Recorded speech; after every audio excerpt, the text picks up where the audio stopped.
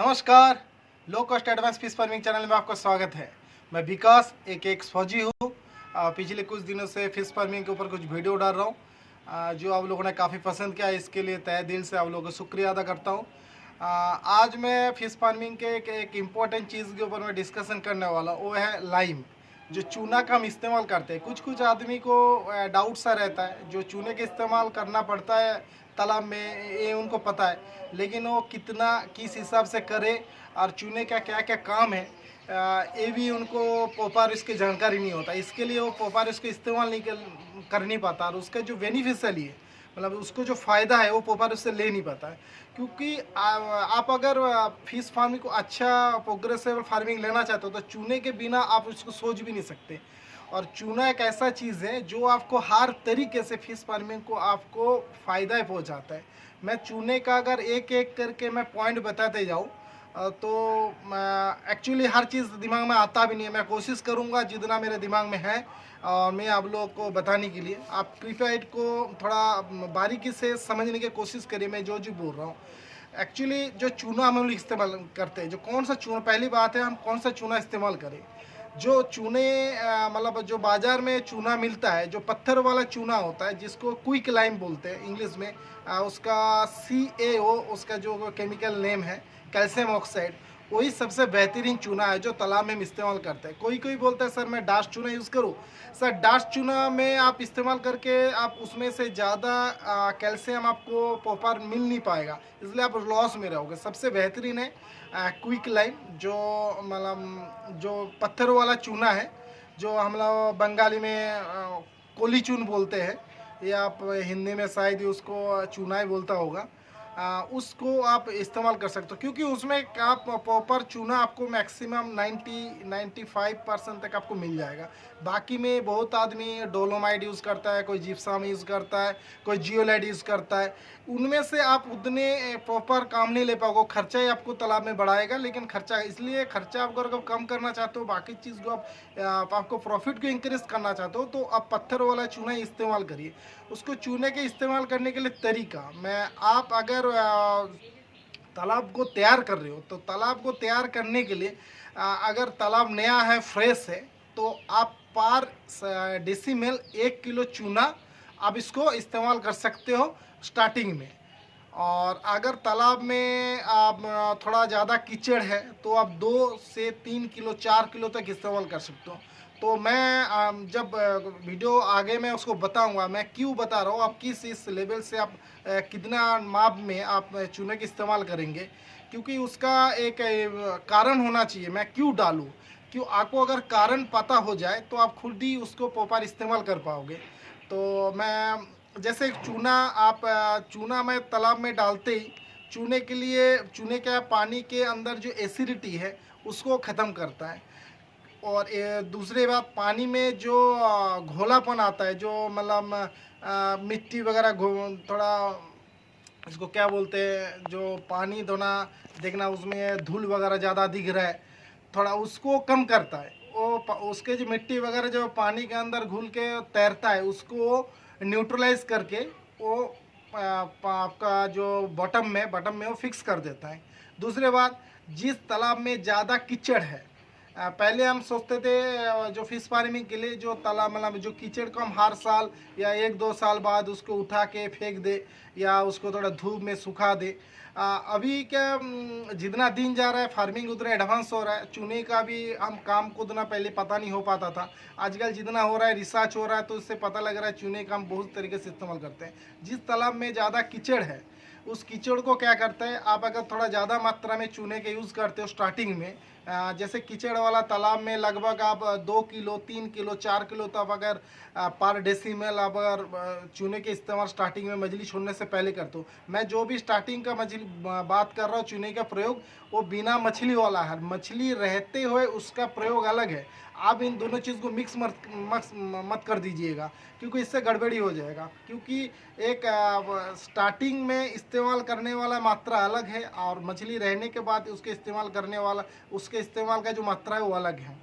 तो आप उसको, जो कीचड़ वाला है, कीचड़ क्या करता है, आप तालाब में जैसे चूने का पहले स्टार्टिंग में 4 किलो या मैक्सिमम 4 किलो तक अगर इस्तेमाल करेंगे तो क्या होगा, आपको तालाब के जो नीचे वाला सतह पे जो भी ऑर्गेनिक मैटर है वो उसको डिकम्पोजिंग करेगा। डिकम्पोज करने के बाद उससे जो न्यूट्रिशन है, उन न्यूट्रिशन को रिलीज करेगा। रिलीज करने से क्या हो जाएगा, मेरे तालाब के अंदर अच्छा न्यूट्रिएंट आएगा। अच्छा न्यूट्रिएंट आएगा तो तालाब के अंदर फाइटोप्लैंक्टन अच्छे से रेज होगा।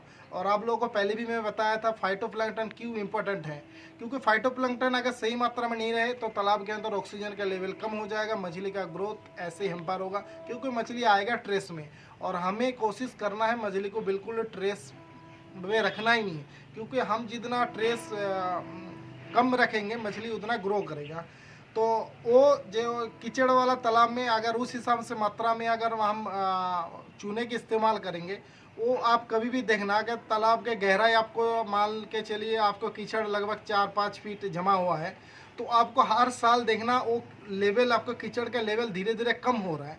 उससे वो न्यूट्रिशन को निकाल दे रहा। तो आप कीचड़ वाला तालाब में आपको ऑर्गेनिक जो खाद हम डालते हैं उसको भी डालने की जरूरत कम पड़ जाता है।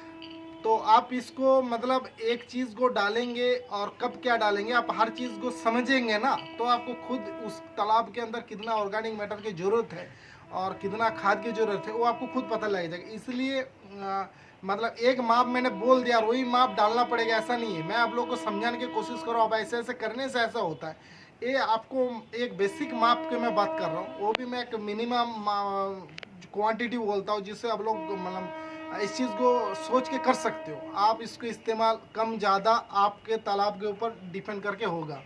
तो आप वो धीरे धीरे तालाब के गहराई को बढ़ाता है। तो और एक पॉइंट क्या है, चूना तालाब के गहराई को बढ़ाता है। उस हिसाब से कैसे करके बढ़ाते हैं मैंने बताया।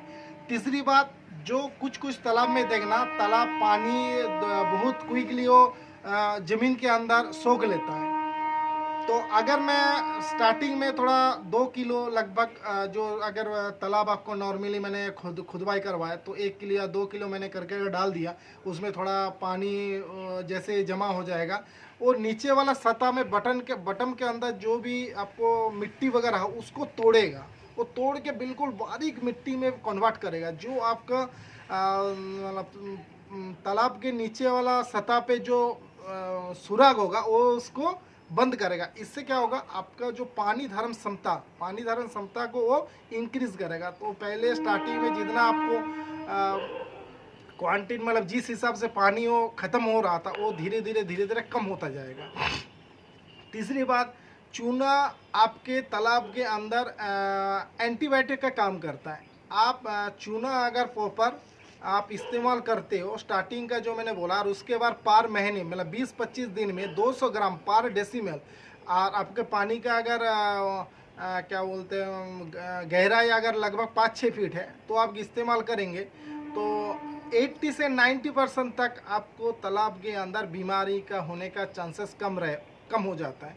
अगर तालाब में अंदर आपको सही मात्रा में बाकी चीज़ है, मतलब डेंसिटी सही होना चाहिए, ऑर्गेनिक मैटर भी हद से ज़्यादा नहीं हो जाना चाहिए, या जो मछली जो फेकल मैटर को छोड़ता है वो भी अगर उसको अब ख़त्म करने का तरीका पता है तो अगर चूने के इस्तेमाल करोगे, चूना उसको भी डिकम्पोजिंग करता है। तो और तीसरा क्या है, चूना क्या करता है, जितना भी हम मैटर ऑर्गेनिक या इनऑर्गेनिक मैटर का हम खाद डालते हैं उसके एफिशिएंसी को बढ़ा देते हैं। आप तालाब में हम बोलते हैं नॉर्मली तालाब के पानी का कलर हरा होना चाहिए।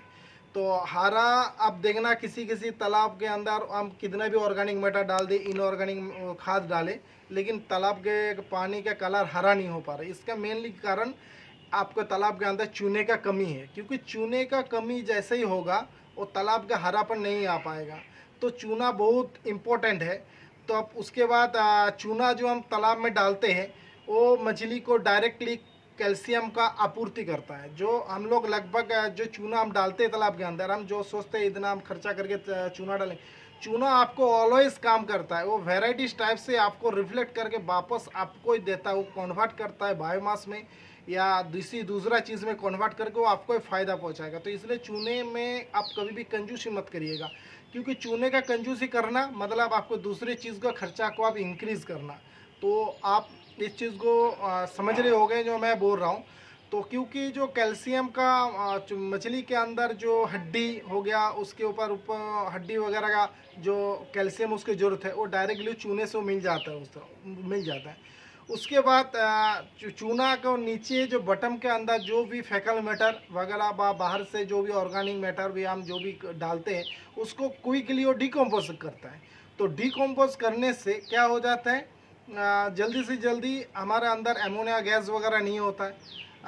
एमोनिया गैस होने का चांसेस या आपको सल्फेट टाइप का जो भी गैसेस मछली के लिए हानिकारक है वो होने का चांसेस कम हो जाता है। तीसरी बात, आपको पीएच को मेंटेन हो ऑलवेज तो करके रखता है। चूना एक बफरिंग यूनिट के हिसाब से काम करता है, मतलब अगर तालाब के अंदर चूना पर्याप्त मात्रा में हो तो आपको पीएच के सोचने की जरूरत नहीं है।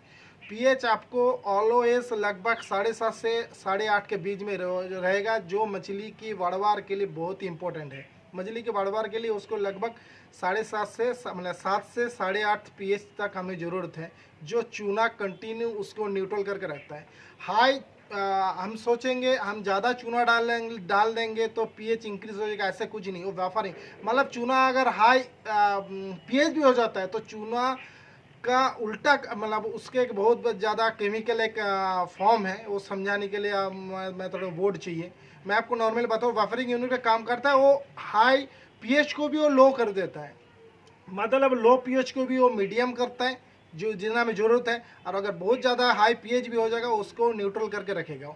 तो चूना अगर तालाब के अंदर पोपर है तो आपको कभी भी पीएच के बढ़ने के संभावना से आप निश्चिंत हो सकते हो, मतलब वो आपको चूना आपको पीएच को ज़्यादा बढ़ने नहीं देगा। उसके बाद चूना खुद एक मतलब कंपोस्ट का काम करता है। आप नॉर्मली मतलब चूने के जैसा कंपोस्ट आप मिलना बहुत ही मुश्किल है, क्योंकि चूना नॉर्मली किसी के साथ मिल के और तुरंत उससे न्यूट्रिशन मतलब जो उसको रिलीज़ करने के लिए क्षमता रखते हैं चूना, उसको तुरंत उससे जो मैटर हमें ज़रूरत है वो उसको वो क्योंकि जो भी मैटर हमें नॉर्मली हम तालाब में डालेंगे ना तो हर चीज़ न्यूट्रिशन उससे रिलीज़ नहीं हो पाता। चूना जाते ही चूने के मतलब चूने के टच में आते ही वो तुरंत उसको रिलीज़ करना शुरू कर देता है। उसके बाद वो मछली के शरीर के कलर को भी इंक्रीज करता है। प्रॉपर अगर चूना रहे तो मछली के एक अलग से ग्लो, एक चमक मिलेगा, जिससे क्या होगा आपको मछली का तरोताज़ा दिखेगा, मछली को जो इम्यूनिटी सिस्टम वो भी इंक्रीज होगा, मछली बहुत स्फूर्ति में रहेगा, मछली का मोर्टालिटी कम होगा। इस मछली को अब जब बाज़ार में लेके जाएंगे तो उसके कलर के कारण मछली का ऑटोमेटिकली रेट भी हाई होगा। और दूसरी बात है मछली का टेस्ट को भी बढ़ाता है, क्योंकि ये नेचुरल चीज़ को इंक्रीज करता है जो मछली को मिलता है, और वो खाने से मछली के अंदर ऑटोमेटिकली एक अच्छा सा टेस्ट डेवलप होता है। उसके बाद चूना पानी के अंदर जो ज़्यादा बदबू वगैरह आप हो जाता है, कभी कभी पानी ख़राब हो जाता है, वो भी चूना उसको ठीक करता है।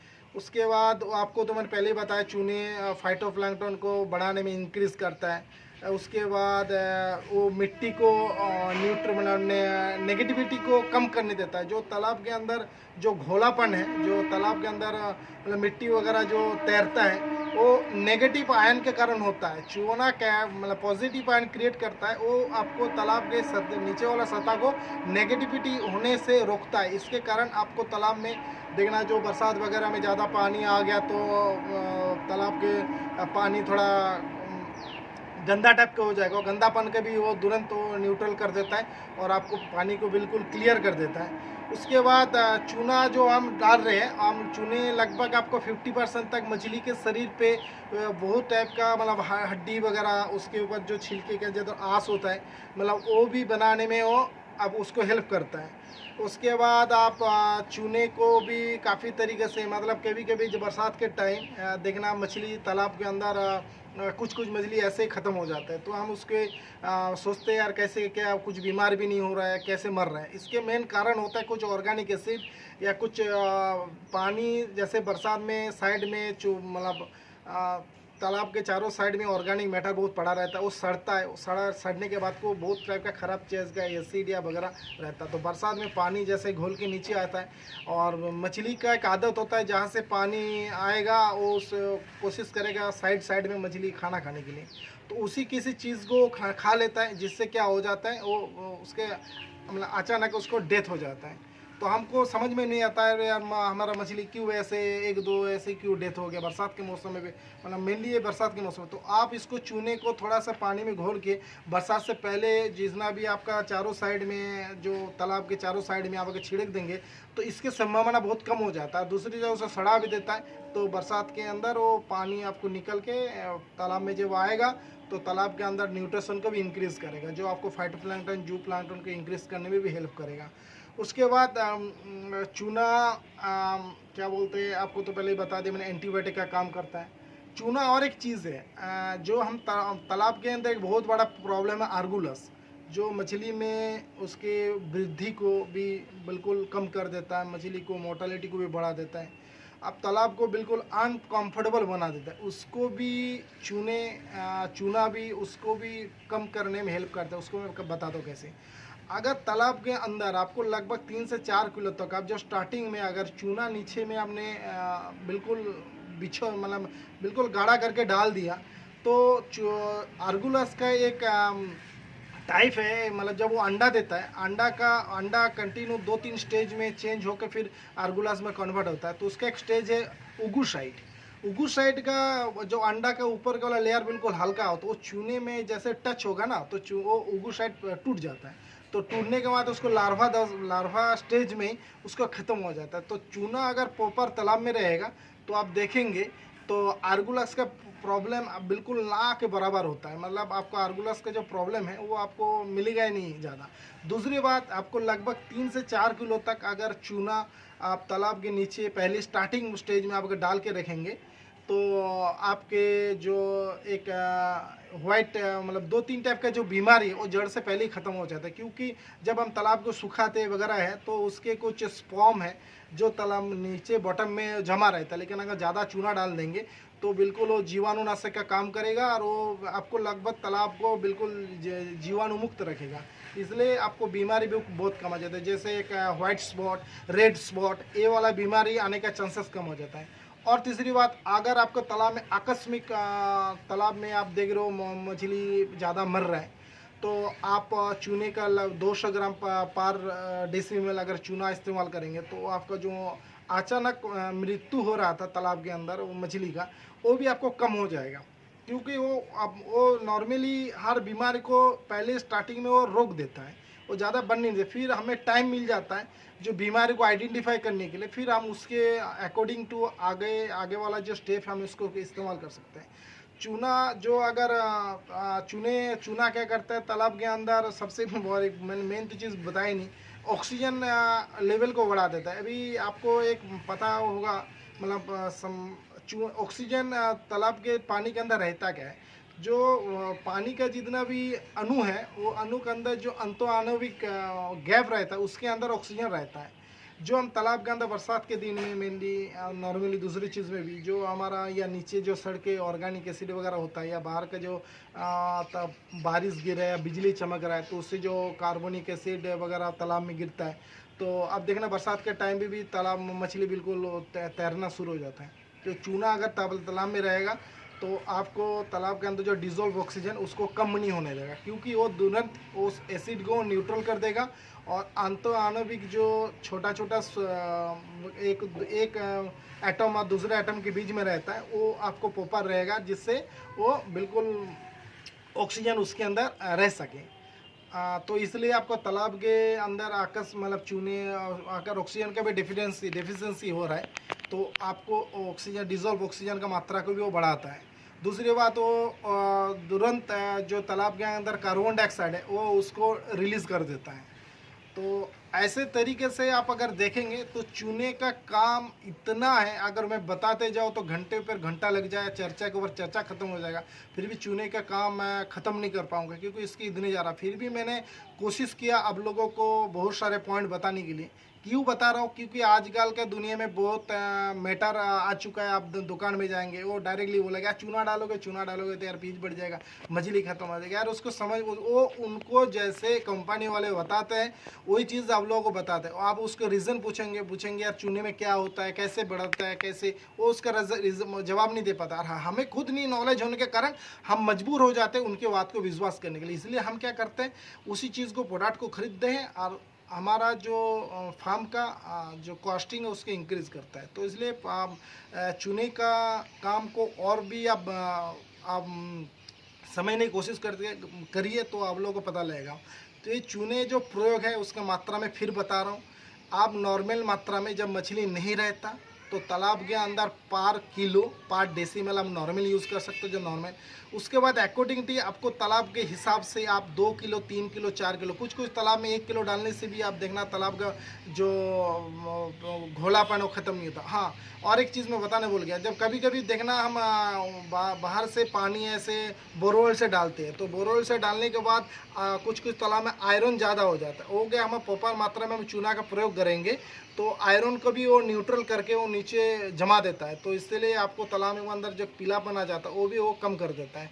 उसके बाद और भी चूने का मैं बोला नहीं है, चूने का सर मैं बोलता रहूँगा तो और भी बताते जाऊँगा। चूने का मैं आगने वाला वीडियो में कुछ ना कुछ बताने में भी चूने का प्रयोग का मैं कुछ दिमाग में आएगा, मैं बताते जाऊँगा। फिर भी मैं उसका प्रयोग मात्रा में जो बता रहा था फिर उसको मैं बता रहा हूँ।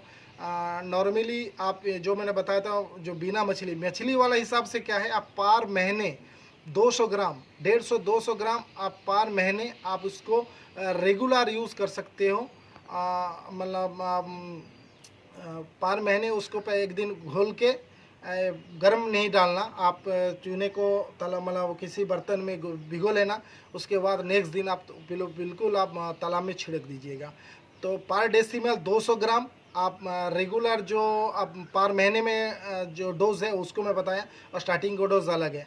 उसके बाद चूना किस स्थिति में हम डालना नहीं चाहिए, अगर बहुत ज़्यादा हमें फाइटोप्लैंक्टन ब्लूम हो गया, उस टाइम पे हमें चूना नहीं डालना चाहिए, क्योंकि चूना अगर डालेंगे तो फाइटोप्लैंक्टन ब्लूम को इंक्रीज़ करेगा। क्योंकि वो चूना ऐसे ही जो फाइटोप्लैंट को इंक्रीज़ करता है, तो उस टाइम आप चूने के इस्तेमाल करेंगे तो फाइटोप्लैंक्टन ब्लूम और ज़्यादा बढ़ जाएगा। दूसरी बात, जो अमोनिया टॉक्सिसिटी होता है, अमोनिया टॉक्सिसिटी के साथ टाइम पे आप चूने को नहीं डाल पाओगे। चूना डालने से अमोनिया टॉक्सिसिटी और ज़्यादा हो जाएगा। तीसरी बात, आप चूने के साथ गलती से भी कभी यूरिया डाल के आप तालाब में नहीं छिड़क देना, जिससे अमोनिया टॉक्सिसिटी क्रिएट होता है। तो 2-3 चीज़ रेस्ट्रिक्शन है, इसका अभी क्यों होता है इसको मैं बाद में बताऊंगा। तो आप नॉर्मली आप समझ रहे होंगे जो मैं चूने के ऊपर डिस्कशन कर रहा हूँ। और भी आप लोगों को कुछ क्वारी है तो मुझे बताना सर, इसके इस्तेमाल और भी काफ़ी सारे हैं, मैं बताते जाऊंगा, फिर भी मैं ख़त्म नहीं कर पाऊंगा। ये वीडियो ऐसे ही बोलते बोलते काफ़ी लंबा हो चुका है। आने वाले में वीडियो में और एक चीज़, बेटर चीज़ है नमक का इस्तेमाल कैसे तालाब में कर सकते हैं, क्योंकि तालाब के अंदर चूना, नमक अगर हम पोपा दे तो हमें जो बीमारी है ना, नॉर्मली बीमारी आने का संभावना ना के बराबर है। तो आशा करता हूँ मेरे बात को आप लोग को अच्छा लगा होगा। अगर मेरे वीडियो अच्छा लग रहा है तो इसको लाइक और शेयर बिल्कुल ज़रूर करिएगा।